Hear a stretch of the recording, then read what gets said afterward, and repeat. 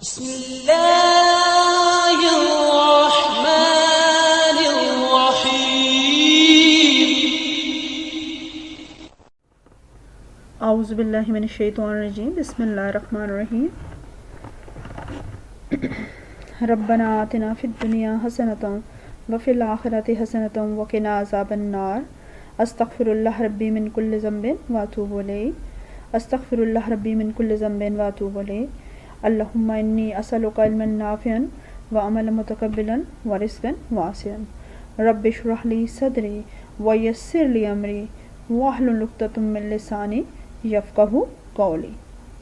صلی اللہ تعالی علی حبیبی محمد وآلہ وصحبہ وبارک وسلم۔ السلام علیکم اسٹوڈنٹس، کیسے ہیں بیٹا آپ لوگ؟ آج آپ کے ساتھ میرا 12واں لیکچر ہے، اور اپنے موضوع پر جانے سے پہلے پچھلے پڑھائے گئے سبق کا اعادہ کر لیتے ہیں،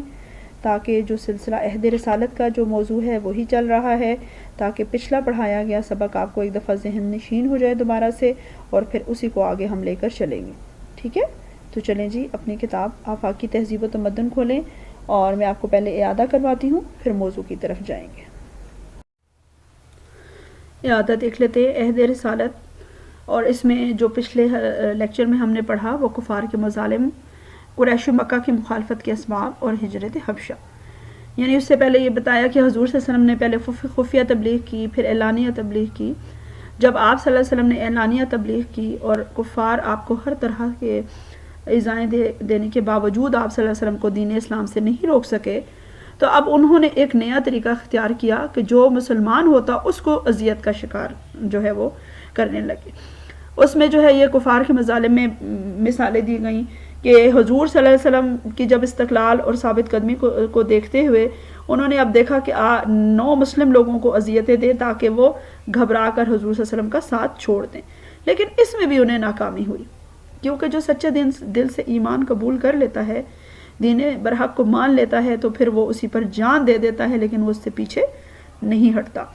تو اس میں حضرت بلال رضی اللہ تعالیٰ کے بارے میں ذکر ہے کہ ان کے جو امیہ بن خلف کے جو ہے وہ آپ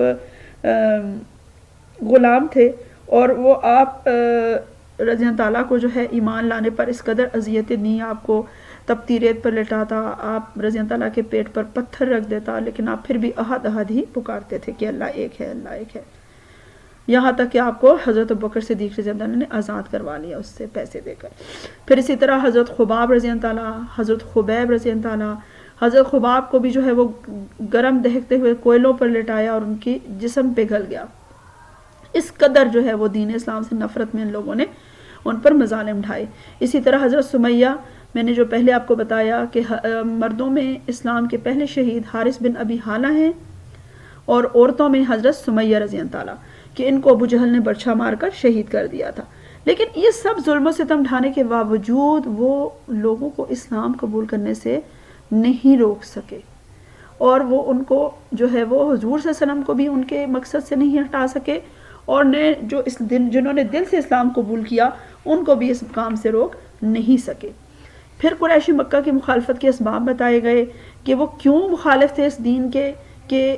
اسلام جو ہے وہ بت پرستی کی مخالفت کرتا تھا، اور ان کے دلوں میں جو ہے وہ بت پرستی بہت رچی بسی ہوئی تھی، کیونکہ انہیں معلوم تھا کہ ہم بتوں پہ چڑھاوے چڑھاتے ہیں، لوگوں سے نظر نیازیں وصول کرتے ہیں۔ قریش مکہ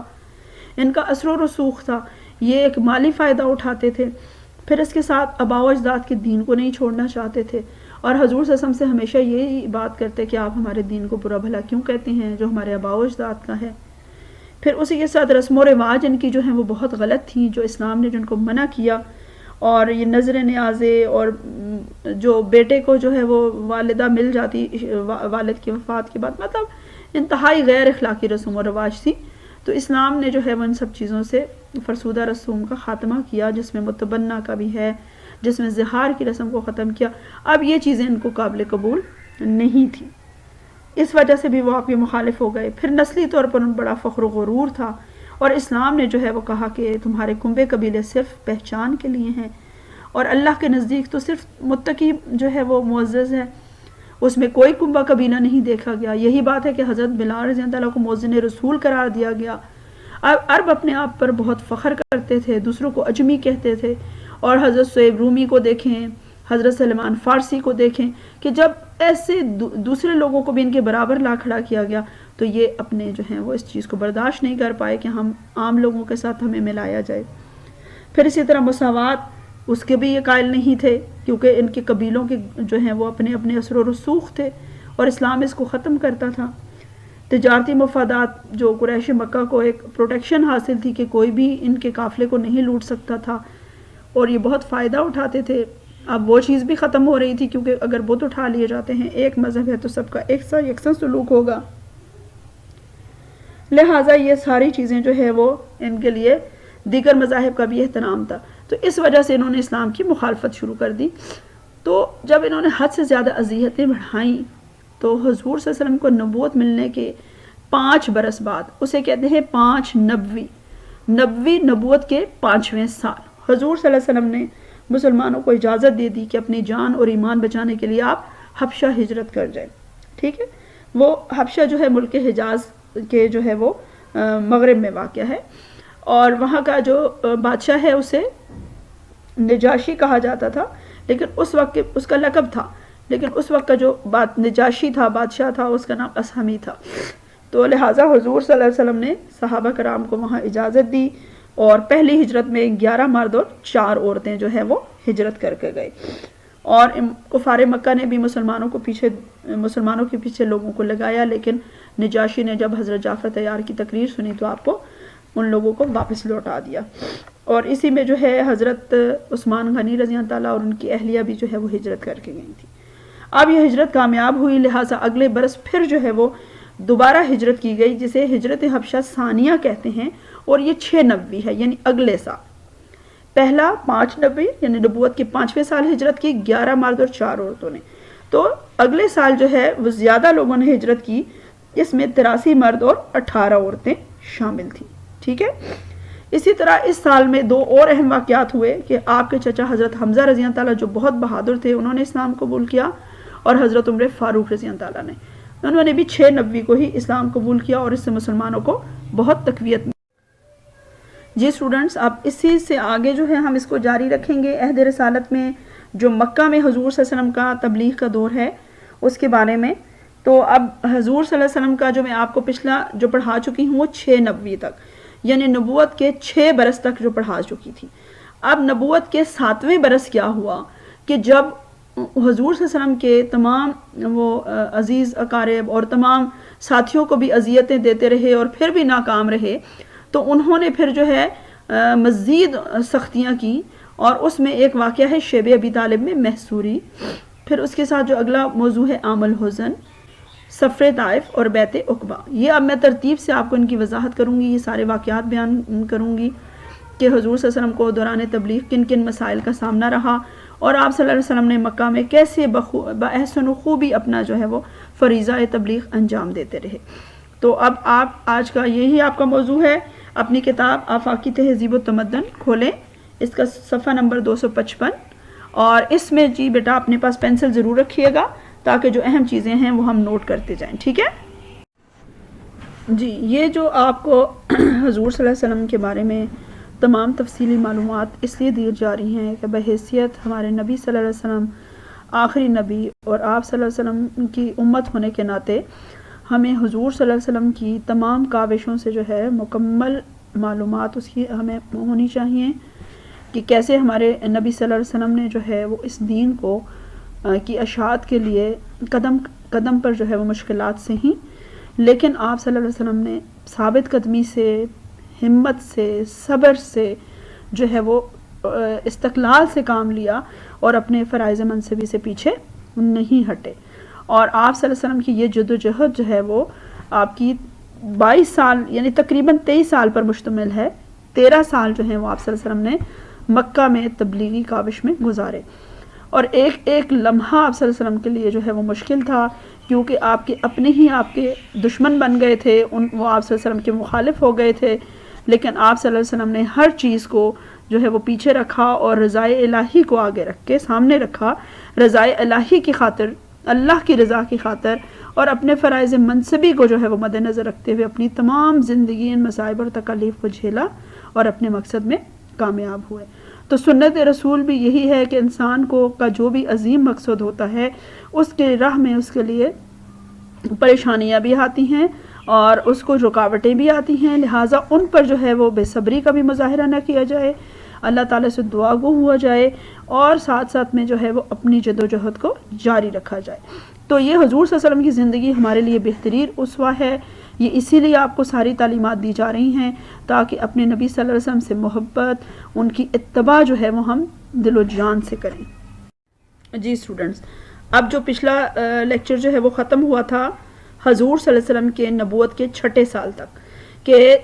6 نبوی تک جو ہے وہ حضور صلی اللہ علیہ وسلم نے، ایک تو اس میں کیا ہوا تھا، نبوت کے 6 سال تک ہجرت حبشہ ہوئی تھی، دوسری پھر حضرت حمزہ رضی اللہ تعالیٰ کا اسلام قبول فرمایا تھا اور حضرت عمر رضی اللہ تعالیٰ نے۔ اس کے بعد کیا ہوا کہ اب قریش جو ہے وہ ان کا غصہ حد سے زیادہ بڑھ گیا کہ وہ ہر طریقے سے جو ہے وہ ناکام ہو رہے تھے، لہٰذا انہوں نے اب ایک آخری جو ہے وہ اپنی کوشش کی اور شدت سے مخالفت کا یہ کام کیا کیا، شیب ابی طالب میں محصوری۔ شیب جو ہے وہ شعب گھاٹی کو کہتے ہیں، ٹھیک ہے، ابی طالب یعنی حضرت ابو طالب کی نسبت سے اس کا نام ہے شیب ابی طالب میں محصوری، کہ ان کو محصور کر دیا وہاں پر اس گھاٹی میں، جو حضور صلی اللہ علیہ وسلم اور ان کے خاندان کو ان لوگوں نے ان سے بائیکاٹ کیا اور حضور صلی اللہ علیہ وسلم کو، بنو ہاشم قبیلے کو انہوں نے اس گھاٹی میں محصور کر دیا یعنی قید کر دیا۔ اور یہ کتنا عرصہ ہے، یہ 3 سال پر ہے، 7 تا 10 نبوی جو ہے، یہ آپ یاد رکھیے گا کہ اس کی یہ تاریخیں ہیں 7 تا 10 نبوی، ٹھیک ہے، شیب ابی طالب میں محصوری، اور اس کا دوسرا نام مقاطعہ قریش بھی کہلاتا ہے۔ یہ دونوں چیزیں آپ نے یاد رکھنی ہے کیونکہ شارٹ کوسچن کے حوالے سے یہ بہت اہم چیز ہے کہ مقاطعہ قریش یعنی قریش کی قطع تعلقی۔ قریش مکہ نبی کریم صلی اللہ علیہ وسلم اور آپ صلی اللہ علیہ وسلم کے صحابہ کو اذیتیں اور تکالیف دیتے دیتے تھک گئے، مگر ان کے کچھ نتائج برآمد نہ ہوئے، بلکہ مسلمانوں کی تعداد میں بتدریج اضافہ ہوتا گیا، حتیٰ کہ حضرت حمزہ رضی اللہ تعالیٰ اور حضرت عمر جیسے بہادر اور بااثر شخصیات نے سر تسلیم خم کر دیا اور دائرہ اسلام میں داخل ہو گئے۔ اس سے کفار مکہ کو مسلمانوں کی قوت بڑھتی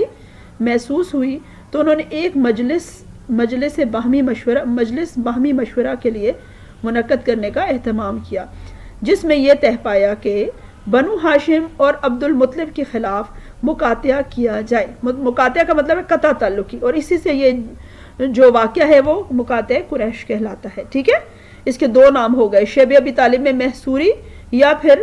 قطع تعلقی کے حوالے سے مقاطعہ قریش۔ حالانکہ تمام بنو ہاشم اور عبد المطلب مسلمان نہیں تھے، یعنی سب لوگ تو اسلام نہیں قبول کیا تھا، لیکن اس کے باوجود اسلام دشمنی اتنی تھی کہ انہوں نے پورے خاندان سے بائیکاٹ کر دیا۔ ان کا قصور یہ تھا کہ مشرکین کے مقابلے میں حضور صلی اللہ علیہ وسلم کی حمایت کرتے تھے، یعنی عبد المطلب جو آپ کے چچا تھے وہ مسلمان نہیں ہوئے تھے، لیکن کیونکہ انہوں نے آپ صلی اللہ علیہ وسلم کا ساتھ دیا جب وہ آپ کے لیے لے کر آئے تھے کہ ان کو کہیں کہ باز رہیں، اور آپ کے چچا نے آپ کا ساتھ دیا، تو اس پر وہ آپ کے بھی مخالف ہو گئے، لہٰذا قریش مکہ نے یہ معاہدہ تحریر کیا یعنی لکھ دیا کہ کیا اس کے انہوں نے بات کی کہ کوئی شخص نہ خاندان بنی ہاشم سے قرابت کرے گا، یعنی کوئی ان سے تعلق نہیں رکھے گا، نہ ان کے ہاتھ خرید و فروخت کرے گا، یعنی کوئی ان کے ہاں جو ہے ان سے لین دین نہیں ہوگا، نہ ان سے ملے گا، نہ ان کے پاس کھانے پینے کا سامان جانے دے گا، یعنی انہوں نے اپنی طرف سے حد سے زیادہ جو ہے وہ سختی کی تاکہ ان کو واپس دین پر لایا جائے۔ اب کیا کہا، جب تک کہ وہ پیغمبر اسلام صلی اللہ علیہ وسلم کو نعوذ باللہ قتل کے لیے حوالے نہ کر دے۔ یہ جو ہے یہ سیرت النبی سے یہ لیا گیا ہے کہ اس میں انہوں نے اس طرح سے بتایا کہ کس طرح سے انہوں نے خاندان بنی ہاشم کے بارے میں یہ تحریری طور پر معاہدہ لکھا اور اسے خانہ کعبہ پر آویزاں کر دیا۔ اب آگے دیکھتے ہیں۔ جی اسٹوڈنٹس، یہ تفصیلی میں نے آپ کو اس لیے یہ سلائیڈز ڈالی ہیں کیونکہ اس کا ہر جملہ بہت اہمیت کا حامل ہے اور اس میں سے MCQs بن جاتے ہیں کسی نہ کسی جملے سے، ٹھیک ہے نا۔ جیسے اب یہ میں پڑھوں گی کہ جو معاہدہ طے ہوا بنو ہاشم اور عبد المطلب کے خلاف، تو یہ کس نے تحریر کیا؟ یہ معاہدہ منصور بن اکرمہ نے تحریر کیا، ٹھیک ہے۔ اسے آپ اپنی کتاب میں انڈر لائن کریں کہ یہ معاہدہ منصور بن اکرمہ نے تحریر کیا اور بیت اللہ میں لٹکا دیا گیا۔ کفار مکہ نے اس معاہدہ کی پابندی میں کوئی کسر اٹھا نہ رکھی، یعنی انہوں نے کوئی کمی نہیں چھوڑی. انہوں نے اسی طرح خاندان بنو ہاشم سے جو ہے وہ مکمل جو ہے وہ قطع تعلقی کی، حتیٰ کہ بنو ہاشم سے بول چال بھی بند کر دی گئی، یعنی ملنا جلنا اور بول چال بھی بند کیا. اس کا نتیجہ یہ ہوا کہ بنو ہاشم اور عبد المطلب کی اولاد نے آپ صلی اللہ علیہ وسلم کا ساتھ دینے کا اعلان کر دیا. ظاہر قبیلے کے لحاظ سے اب انہوں نے آپ صلی اللہ علیہ وسلم کی حمایت کی کہ ہمارے ساتھ اس قدر جو ہے یہ سختی پر آمادہ ہو گئے ہیں، تو ٹھیک ہے ہم بھی اپنے جو ہے وہ خاندان کے جو فرد ہیں ان کا ساتھ دیں گے. لہٰذا یہ تمام لوگ شہر کے باہر شیب ابی طالب میں چلے گئے، سوائے ابو لہب کے. ابو لہب آپ کے جو ہے وہ چچا تھا، لیکن وہ مشرکین کے ساتھ ہی تھا. عربی میں شیب کس کو کہتے ہیں؟ گھاٹی کو کہتے ہیں. یہ جملہ بھی انڈر لائن کریں، یہ ایم سی کیوز میں آ سکتا ہے کہ شیب سے کیا مراد ہے. شعب گھاٹی کو کہتے ہیں. یہ گھاٹی مکہ شہر سے باہر ایک پہاڑ کے دامن میں واقع تھی جو بنو ہاشم کی ملکیت تھا. یعنی یہ وہاں پر چلے گئے، اس گھاٹی میں چلے گئے اور ان لوگوں سے قطع تعلقی جو انہوں نے کی اس سے آپ علیحدہ ہو گئے. مشرکین مکہ نے اس معاہدہ پر بہت سختی سے عمل درآمد کیا. سخت نگرانی کی جاتی تھی تاکہ کوئی شخص بھی محصور لوگوں کو کھانے پینے کی اشیاء نہ پہنچا سکے. یعنی انہوں نے بندے مقرر کیے ہوئے تھے کہ کوئی بھی آپ پر ترس نہ کھائے اور آپ لوگوں سے تعلق نہ رکھے. یہاں مسلمانوں کو سخت مصائب کا سامنا کرنا پڑا. بچے بھوک سے تڑپتے، مگر کفار مکہ کو بالکل ترس نہ آتا تھا بلکہ خوش ہوتے. اب آپ خود سوچ لیں کہ کس قدر حضور صلی اللہ علیہ وسلم کا انہوں نے امتحان لیا اور اس کے ساتھ ساتھ آپ کے پیاروں کو بھی آزمایا کہ کسی طریقے سے جو ہیں یہ لوگ اپنا دین چھوڑ دیں. بھوک مٹانے کے لیے درختوں کے پتے کھانے پڑے. اس آزمائش کے دور میں بھی اللہ کے حبیب نے اپنا مشن جاری رکھا. یہ اصل چیز ہے کہ یہ کیوں اتنے مصائب بتائے گئے ہیں کہ دیکھیں کہ حد ہے. جب انسان کو اس چیز کا احساس تب ہوتا ہے جب وہ اس بات کو اپنے اوپر اپلائی کرتا ہے. اور ہم لوگ تو بہت گناہگار، اللہ تعالی ہمیں آزمائشوں سے محفوظ رکھے، لیکن ہم لوگ تو ذرا سی تکلیف پر بلبلا اٹھتے ہیں. تو کہاں حضور صلی اللہ علیہ وسلم جو اللہ کے پیارے نبی، جو رحمت للعالمین، جو اللہ کے محبوب ہیں، ان کے لیے کتنی مشکلیں انہیں جو ہے وہ تیار کی. جو لوگ آپ صلی اللہ علیہ وسلم کے ساتھ محصور تھے، محصور کا مطلب ہے قید تھے، مگر مسلمان نہ ہوئے تھے، انہیں اسلام کی دعوت دینے اور سمجھانے کا بہترین موقع مل گیا. اب ظاہر ہے وہ خاندان کے لحاظ سے انہوں نے حضور صلی اللہ علیہ وسلم کا ساتھ دیا اور آپ کے ساتھ شیب ابی طالب میں محصور ہو گئے. تو اب حضور صلی اللہ علیہ وسلم نے انہیں بھی اپنے ساتھ وہاں پر سمجھایا کہ وہ بھی اسلام قبول کر لیں کہ یہ کیسا دین ہے، کیونکہ اب انہیں حضور صلی اللہ علیہ وسلم کو موقع مل گیا تھا کہ وہ ان سے اچھے طریقے سے بات چیت کر سکتے. جی پھر کیا ہوا کہ اب جب اس قدر یہ، اب میں نے آپ کو بتایا کہ یہ 7 نبوی کا واقعہ ہے، نبوت کے 7ویں برس. قریش میں چند رحم دل اشخاص نے یہ محسوس کیا کہ بنو ہاشم اور بنو عبد المطلب کے ساتھ زیادتی ہو رہی ہے. ظاہر انسانیت جس میں ہو تو وہ یہ محسوس کر سکتا ہے کہ 3 سال تک کسی پر اس قدر مظالم ڈھائے جائیں کہ کھانا پینا، ظاہر اس وقت تو ہر کوئی اتنا وہ نہیں تھا، چیزیں ہر چیز ان کے پاس ہو، اتنا جدید دور نہیں تھا. ظاہر ہے تجارت کی جاتی تھی، چیزیں لائی جاتی تھیں باہر سے. تو یہ 3 سال تک ان کو جو ہے اس قدر ان کے ساتھ سختی کی کہ پتے ابال کر کھائے ان لوگوں نے. تو اب کچھ رحم دل لوگوں کو احساس ہوا، انہوں نے خفیہ تدبیریں سوچنا شروع کی تاکہ مسلمانوں پر مظالم ختم کرائے جا سکیں. یعنی جس میں انسانیت ہے اس کو یہ چیز سمجھ آ گئی کہ یہ بہت ظلم ہے. آخر کار حشام بن عمر، اب یہ نام رکھیے گا بیٹا جی یاد، حشام بن عمر، جو اس کو عمرو نہیں پڑھیں گے، عمر پڑھتے ہیں، ٹھیک ہے. حشام بن عمر جو بنو ہاشم کے ساتھ قرابت داری رکھتا تھا، یعنی اس کا ان کے ساتھ تعلق تھا قریبی، اس نے معاہدہ ختم کرنے کی تدبیر اختیار کی. اب یہ ایم سی کیوز میں بھی پوچھا جا سکتا ہے کہ کس نے جو ہے وہ تدبیر کی، کس نے یہ معاملہ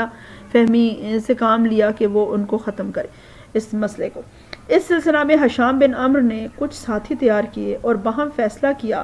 کہ خانہ کعبہ میں آویزاں یعنی لٹکائے ہوئے معاہدہ پھاڑ دیا جائے اور محصورین کو گھاٹی سے نکال لیا جائے. اب اس نے لوگوں کو اس بات کے لیے تیار کیا کہ یہ ظلم ہو رہا ہے، لہٰذا اس معاہدے کو اتار دیں، پھاڑ دیں، کہ اس قدر ناانصافی نہیں ہونی چاہیے. خداوند کریم کی شان دیکھیے کہ اسی روز حضور اکرم صلی اللہ علیہ وسلم نے اپنے چچا ابو طالب کو خبر دی کہ بیت اللہ میں آویزہ معاہدہ کو دیمک نے چاٹ لیا ہے. سبحان اللہ. یعنی جب اللہ جو کام کرنا چاہتا ہے، کہ ابھی انہوں نے سوچا کہ وہ پھاڑے تو اللہ نے حکم دیا اور دیمک نے اس معاہدے کو ہی چاٹ لیا، اور صرف وہ جگہ باقی ہے جہاں اللہ کا نام لکھا ہوا ہے۔ چنانچہ ایسے ہی ہوا اور پھر وہ کاغذ چاک کر دیا گیا۔ اس طرح بنو ہاشم کا مقاطعہ یعنی ان سے قطع تعلق ہی ختم ہو گیا، اور مسلمان 3 سال، جی اٹس ویری امپورٹنٹ کہ یہ آتا ہے کہ کتنا عرصہ محصور رہے شیب ابی طالب میں، تو 3 سال، اس کو انڈر لائن کریں گے MCQs کے حوالے سے، کہ مسلمان 3 سال اس گھاٹی میں گزارنے کے بعد شہر مکہ میں واپس آ گئے۔ ٹھیک ہے، 7 8 9 3 سال جو ہے وہ نبوت کے جو ہیں وہ حضور صلی اللہ علیہ وسلم نے اپنے خاندان کے ساتھ اس گھاٹی میں گزارے۔ اب ایک بہت جو ہے وہ اہم واقعہ عام الحزن کا پیش آیا۔ عام کے معنی ہے سال، ٹھیک ہے، عام کہتے ہیں سال کو، الحزن کہتے ہیں غم۔ عام الحزن غم کا سال، یہ کس سال کو قرار دیا گیا؟ 10 نبوی، یعنی نبوت کے 10ویں سال کو عام الحزن قرار دیا گیا۔ اب کیا وجہ ہے؟ یہ سال نبی کریم صلی اللہ علیہ وسلم کے لیے غم کا سال تھا۔ اس سال میں آپ صلی اللہ علیہ وسلم کے شفیق چچا ابو طالب نے 80 برس کی عمر میں انتقال فرمایا۔ دیکھیں کہ جنہوں نے آپ صلی اللہ علیہ وسلم کا اتنا ساتھ دیا کہ کب آپ کے جو دادا کا انتقال ہوا تھا تو آپ صلی اللہ علیہ وسلم کی عمر مبارک اس وقت 8 برس تھی، اور اس وقت سے لے کر ابھی تک جو ہے انہوں نے یعنی 40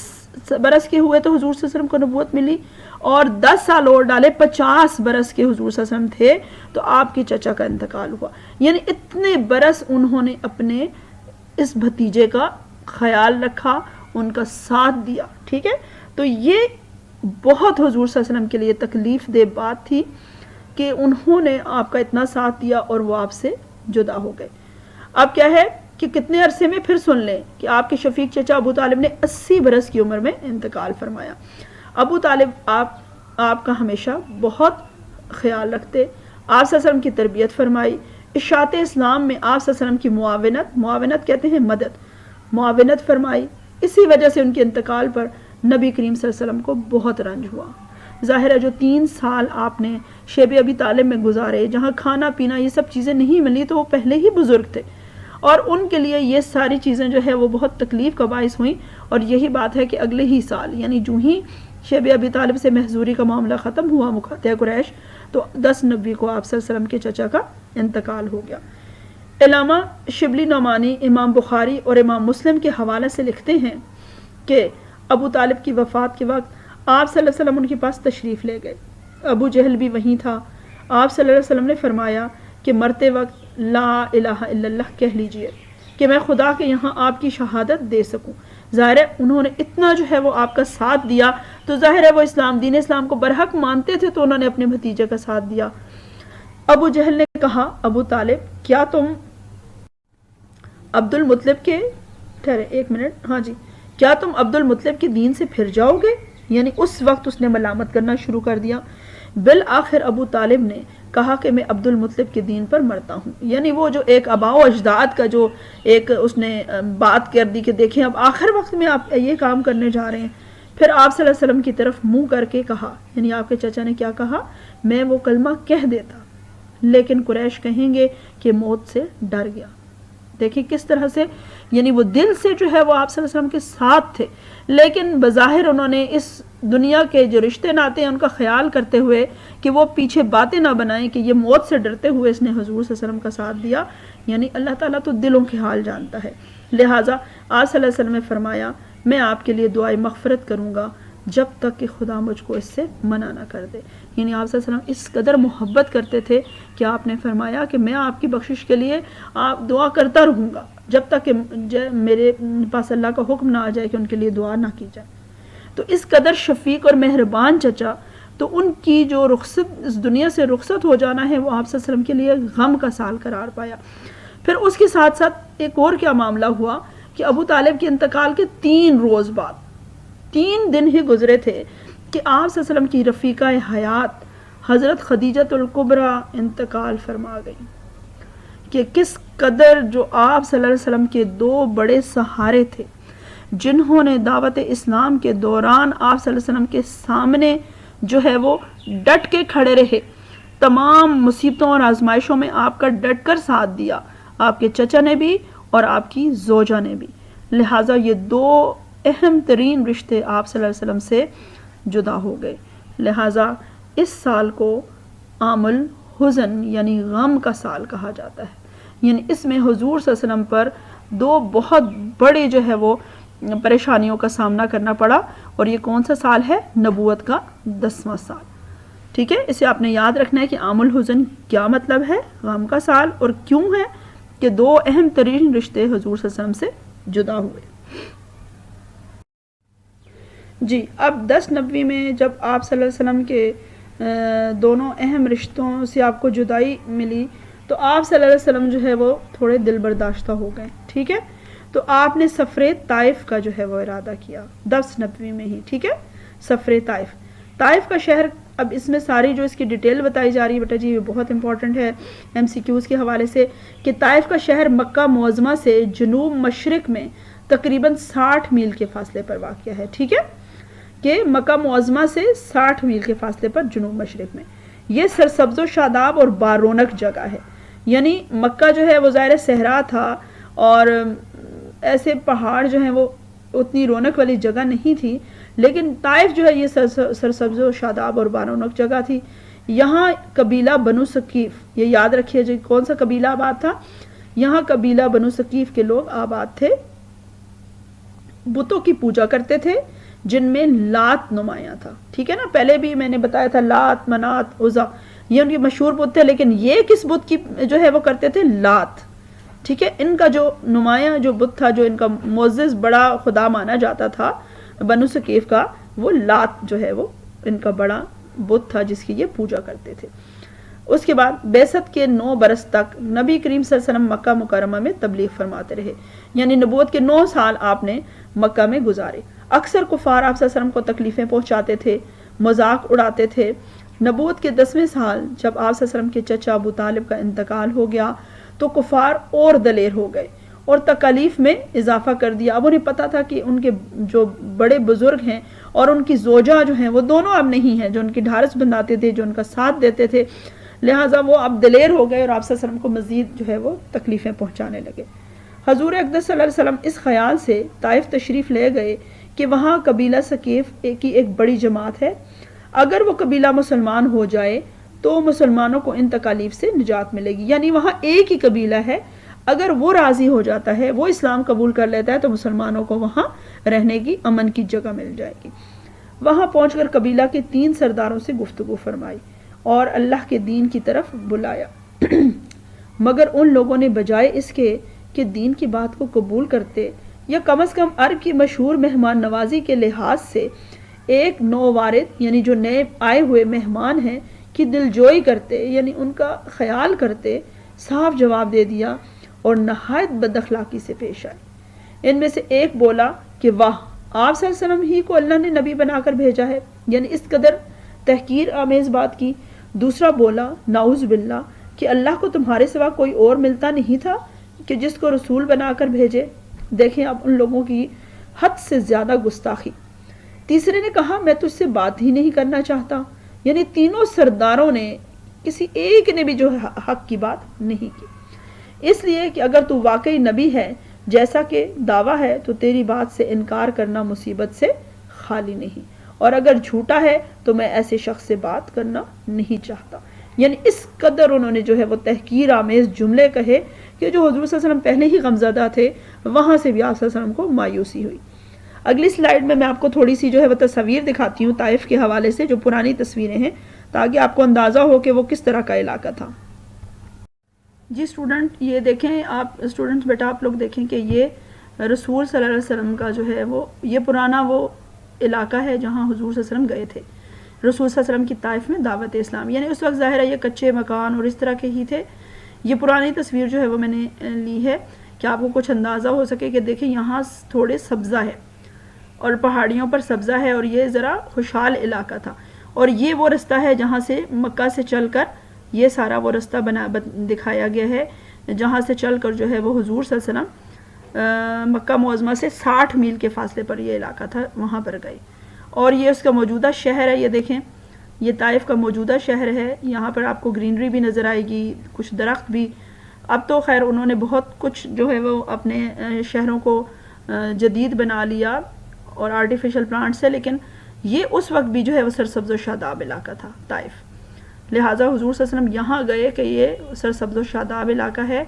یہاں جا کر ان لوگوں کو جو ہے وہ تبلیغ اسلام دوں تو ہو سکتا ہے کہ مسلمانوں کو ایک اچھی پناہ گاہ مل جائے. لیکن ان لوگوں نے آپ صلی اللہ علیہ وسلم کے ساتھ, تینوں سرداروں نے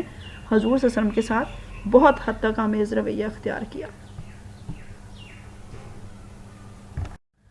جی, ان لوگوں کے حضور صلی اللہ علیہ وسلم کے ساتھ جو ہے وہ سرداروں نے جب بہت برا سلوک کیا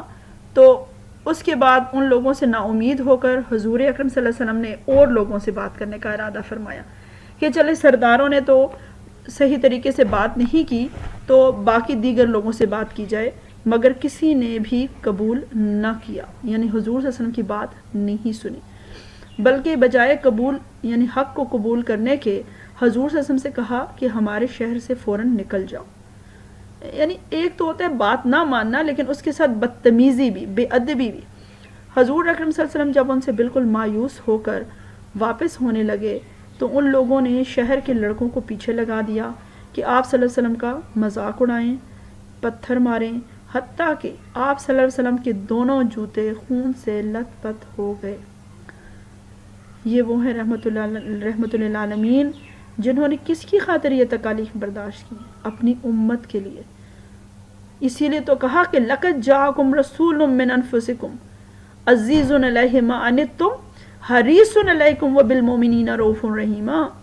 کہ تمہارے پاس تو ایسے نبی آئے جو تمہارے بہت خیر خواہ ہیں, جو مومنوں سے بہت محبت کرتے ہیں. حریص یعنی بہت ہی آپ کی لالچ سے مراد, یہاں حریص سے مراد ہے انتہا کے خیر خواہ. وہ نہیں چاہتے کہ میری امت کے لوگ جو ہیں وہ جہنم کا ایندھن بنے, اور اس کے لیے حضور صلی اللہ علیہ وسلم نے اس قدر تکالیف سہی. تو اب انہوں نے کیا ظلم کیا کہ حضور صلی اللہ علیہ وسلم کے پیچھے ان لڑکوں کو لگایا اور انہوں نے آپ صلی اللہ علیہ وسلم کے لہو لہان کیا, جس سے آپ کے خون سے جوتے جو ہیں وہ لت پت ہو گئے. حضور اکرم صلی اللہ علیہ وسلم نے دعا فرمائی, اللہم اہدی قومی فإنہم لا یعلمون, اے اللہ میری قوم کو ہدایت عطا فرما, بے شک وہ نہیں جانتے. کہ یعنی وہ کیا ظلم کر رہے ہیں, اس پر بھی حضور صلی اللہ علیہ وسلم نے ان کی بد دعا نہیں کی بلکہ ان کی ہدایت مانگی.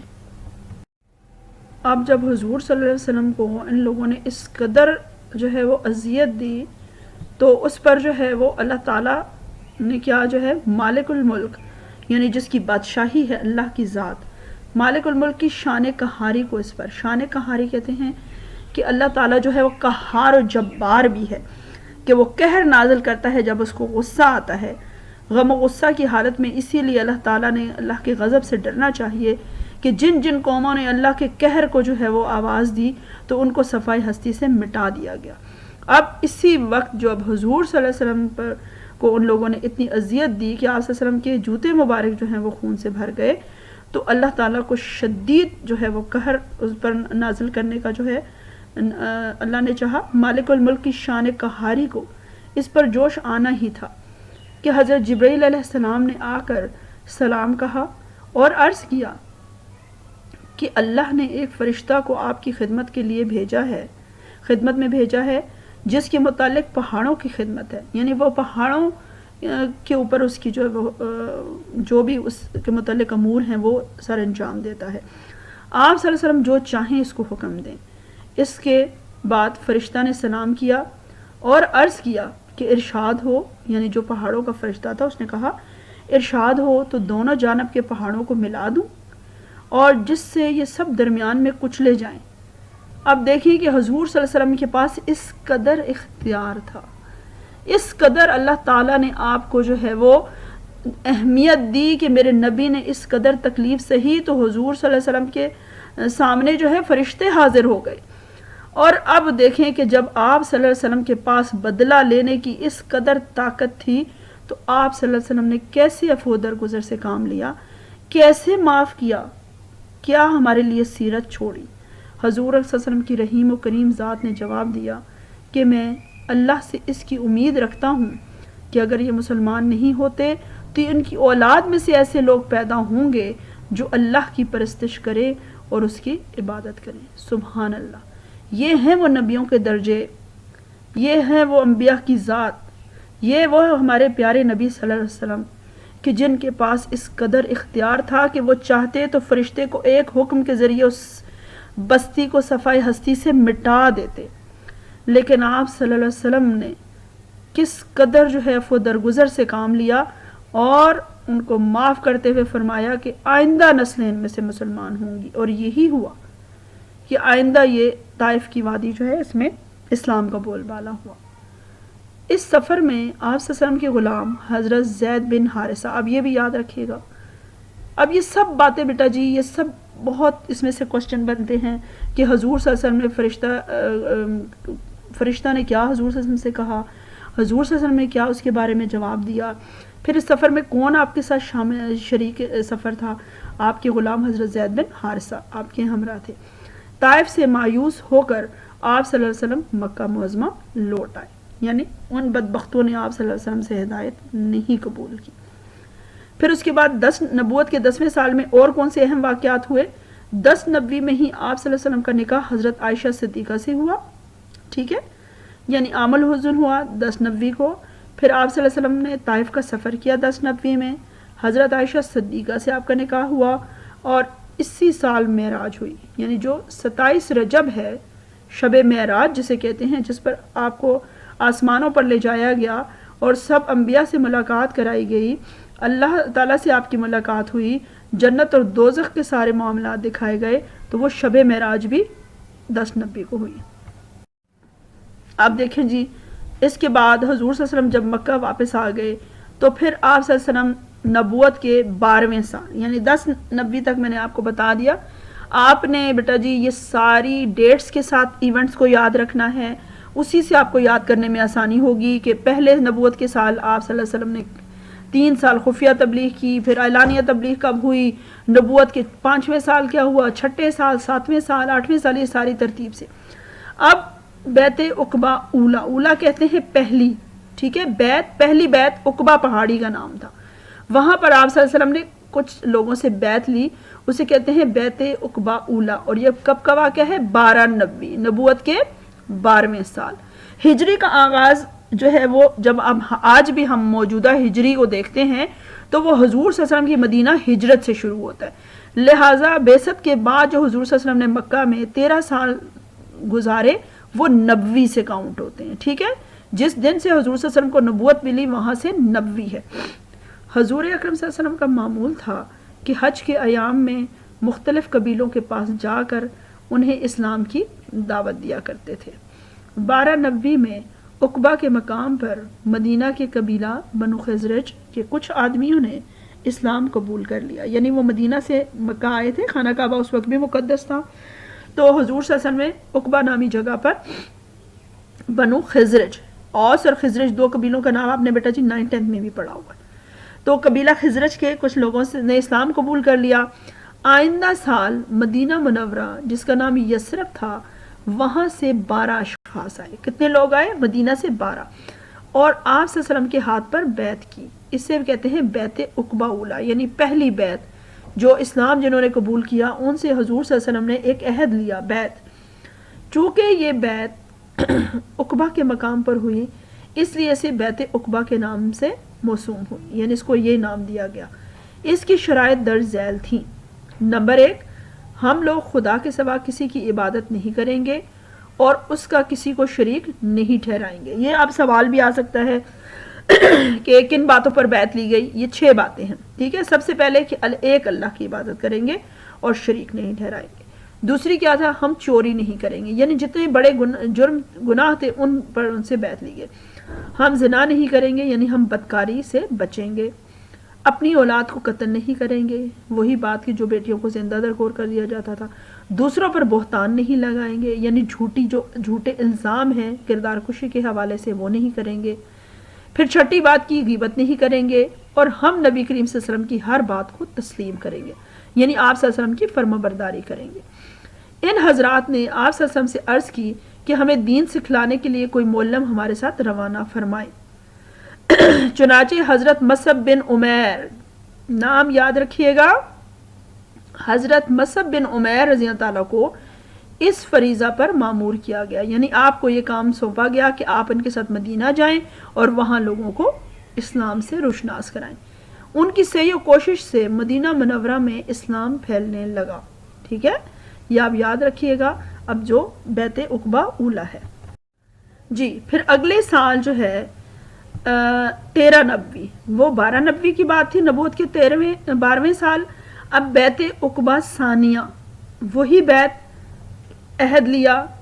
عقبہ اسی جگہ پر پہاڑی پر، ثانیہ دوسری، یعنی دوسری بیعت لی گئی، وہ کب لی گئی؟ نبوت کے 13ویں برس۔ مدینہ منورہ میں حضرت مصعب بن عمیر رضی اللہ تعالیٰ کی مسلسل کوشش کے نتیجہ میں اگلے سال حج کے موقع پر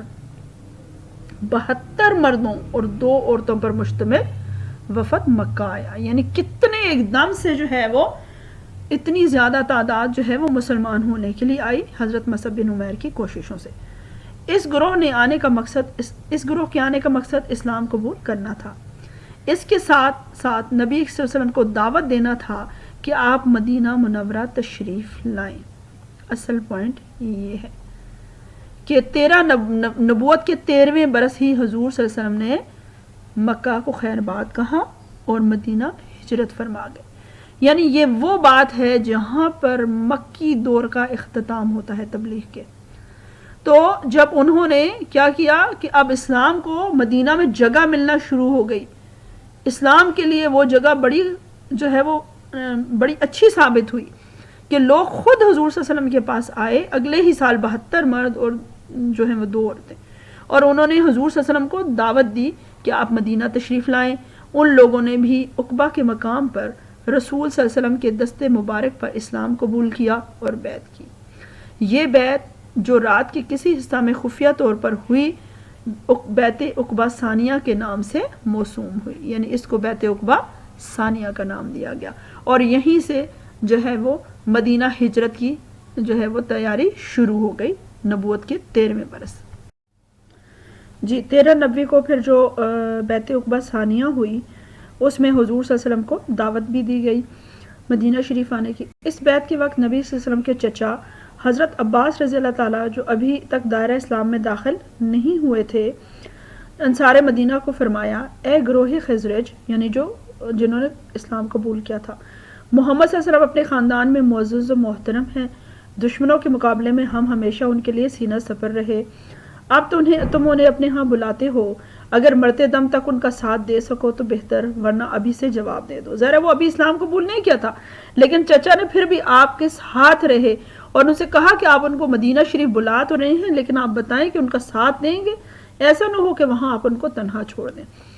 ان لوگوں نے حضرت عباس رضی اللہ تعالیٰ کو تو کوئی جواب نہ دیا، مگر حضور صلی اللہ علیہ وسلم کی خدمت میں درخواست کی کہ اگر آپ صلی اللہ علیہ وسلم ہم سے اور اپنی ذات کے بارے میں کوئی وعدہ لینا، ہم سے اللہ اور اپنی ذات کے بارے میں کوئی وعدہ لینا چاہیں تو ہم وعدہ کرنے کے لیے تیار ہیں۔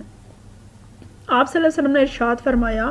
اس بات کا عہد کرو کہ تم دین حق کی اشاعت میں میری پوری مدد کرو گے، یعنی آپ صلی اللہ علیہ وسلم نے صرف دین حق کی اشاعت کی مدد مانگی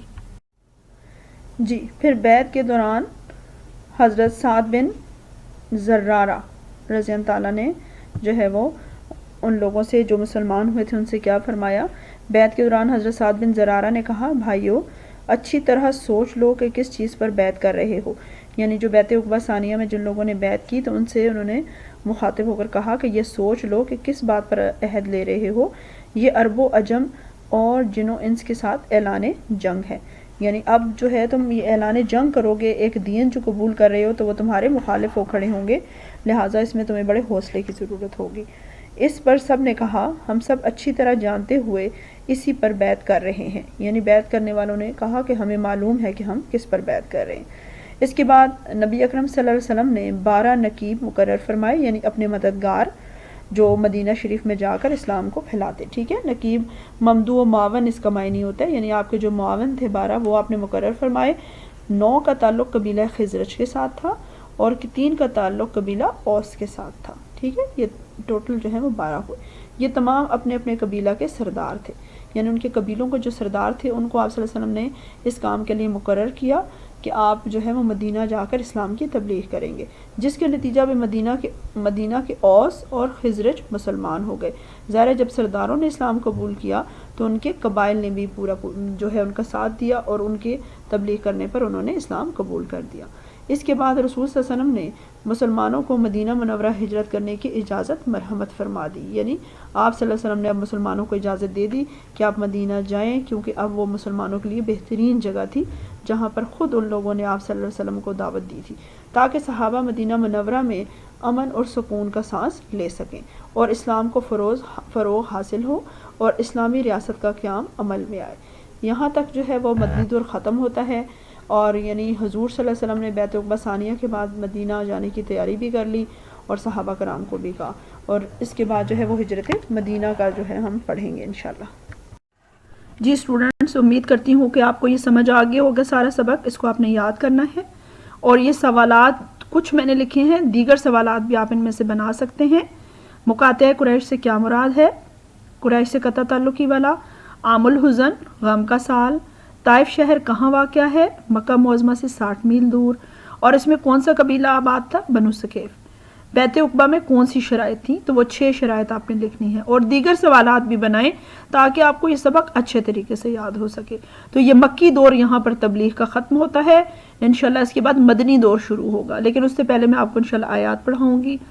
اپنا بہت خیال رکھیے گا اور اس سبق کو اچھے سے یاد کیجیے گا۔ اللہ حافظ۔